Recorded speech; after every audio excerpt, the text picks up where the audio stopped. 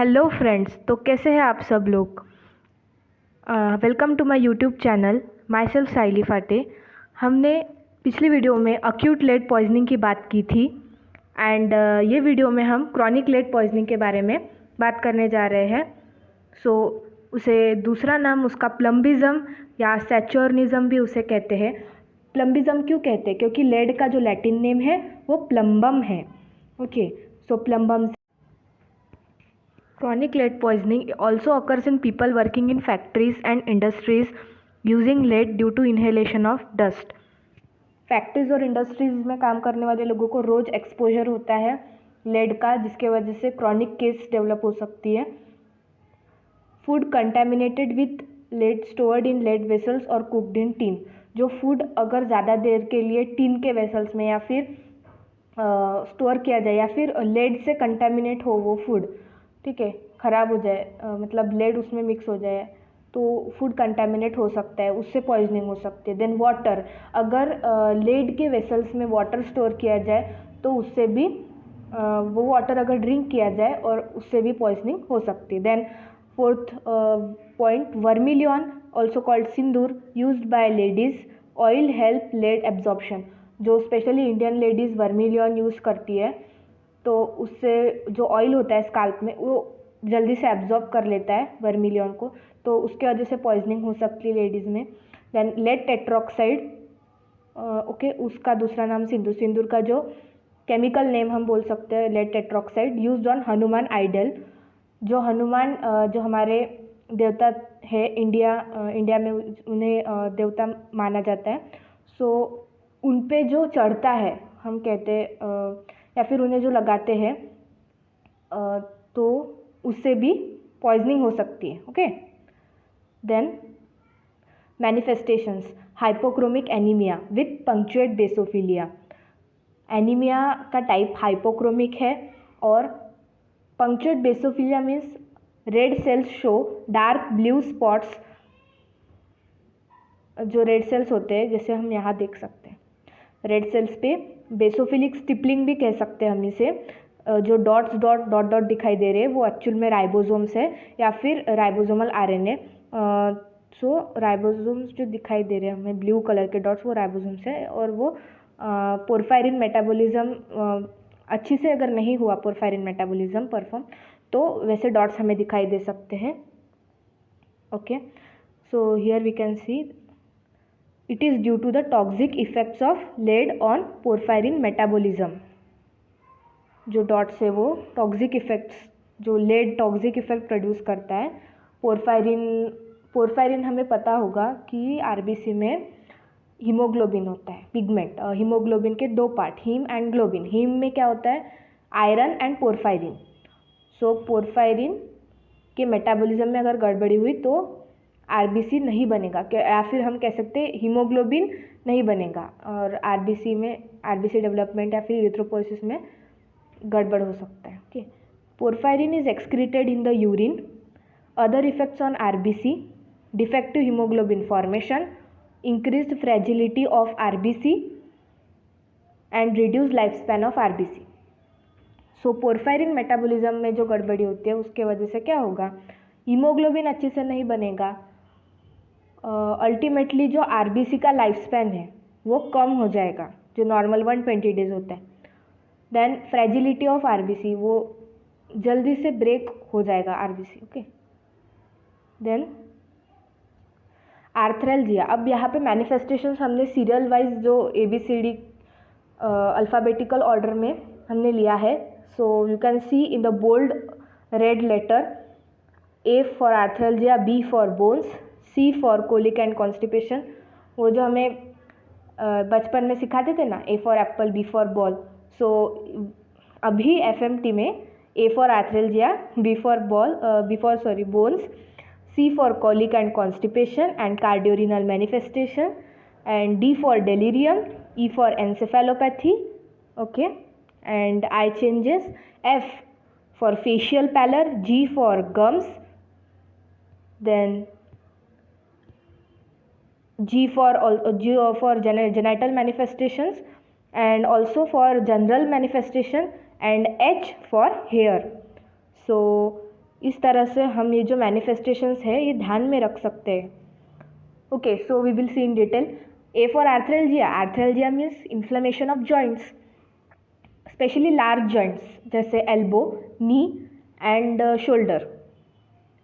Diagram में भी हम देख सकते हैं कि जो नी का जॉइंट दिखाया गया है. And then next point, diagram पे बाद में आएंगे हम. लेड लाइन यानी क्या होती है. सो बी वाला जो है, बी फॉर बोन्स. बोन्स में क्या होता है, X ray of long bones show lead lines which are bands of increase density. जो लेड लाइन होती है, लेड लाइन मतलब हम यहाँ पे डायग्राम में देख सकते हैं. लेड लाइन रेड एरो से दिखाया गया है. They are the areas of increase density. वहाँ पे बोन की डेंसिटी इंक्रीज हुई जिसके वजह से लेड लाइन हमें दिखाई दे रही.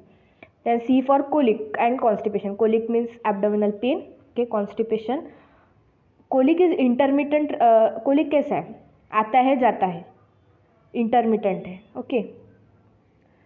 Then spasmodic with spasms and specially ये ध्यान में रखने जैसी बात है कि जो कोलिक होता है it is relieved by pressure. मतलब जनरली ऐसा होता नहीं है. अगर हमारा एब्डोमिनल पेन है तो हम अगर प्रेशर दे तो जनरली तो ठीक नहीं होता है. बट लेड पॉइजनिंग के केस में प्रेशर से पेशेंट को रिलीफ मिलता है. And it is associated with constipation. Colic म्हणजे abdominal pain associated with constipation. Cardio renal manifestation में दो वर्ड है, एक है कार्डियो, एक है renal. So cardio means related to heart, increase blood pressure, arteriosclerotic changes. Arteriosclerosis यानी डिपोजिशन ऑफ फैट या फिर deposition of adipose tissue in the wall of artery. Okay. जिसके वजह से जो उसका ल्यूमेन है आर्टरी का कम हो जाएगा.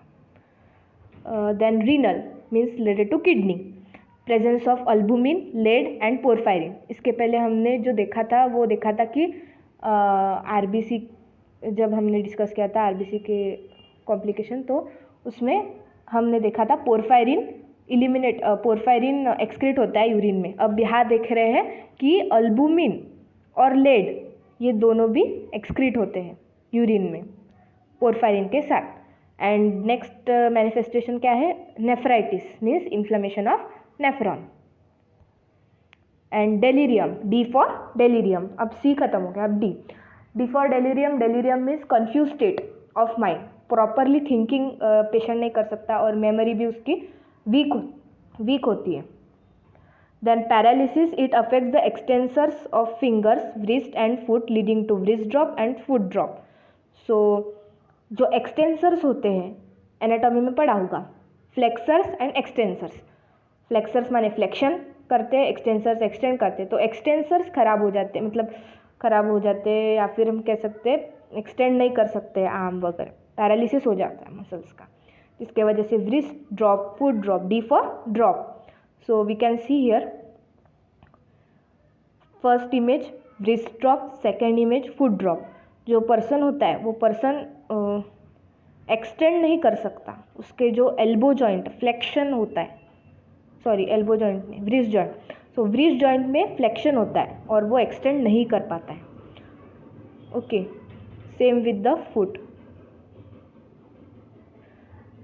E for encephalopathy. D खत्म हो. E for encephalopathy. Encephalopathy means all the problems related to brain. Okay. Usually seen in children, headache, loss of concentration and memory, insomnia. Optic neuritis means inflammation of optic nerve. Peripheral neuritis, inflammation of peripheral nerves.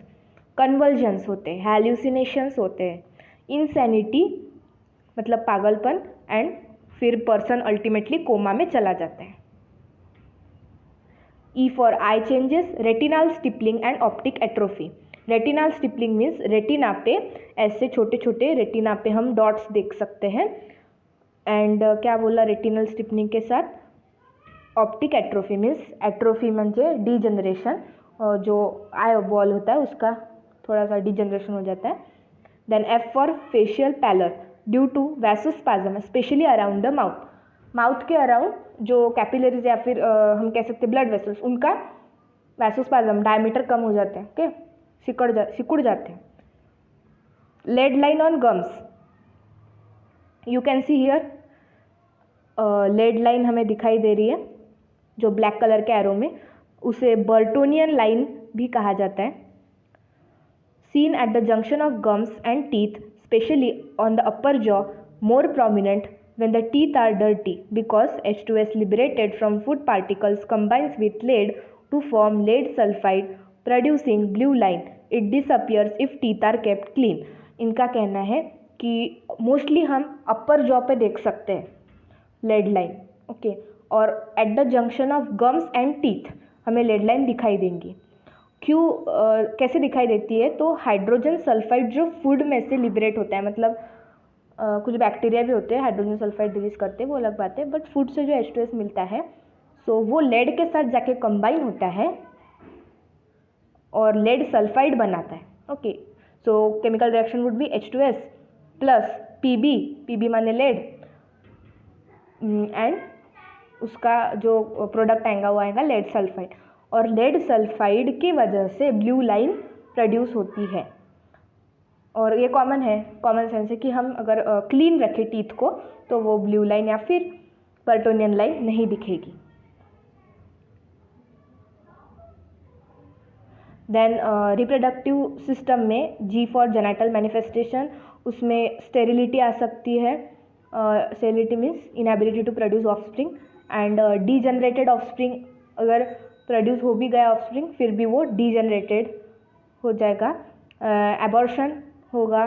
Then death of foetus भी हो सकता है.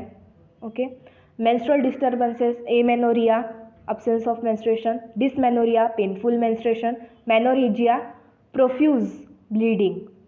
Okay, then G for general manifestation में weakness, anorexia, dyspepsia and irritability. Okay, ये सारे GIT से मतलब anorexia, भूख न लगना. Okay, irritability, dyspepsia. And H for hair may be alopecia. Alopecia means hair loss, and which में ultimately lead to baldness. Baldness में गंजापन. So this was all about chronic lead poisoning. Hope so you all enjoyed this video, and thank you so much for watching. Please like, share and subscribe. Thank you so much.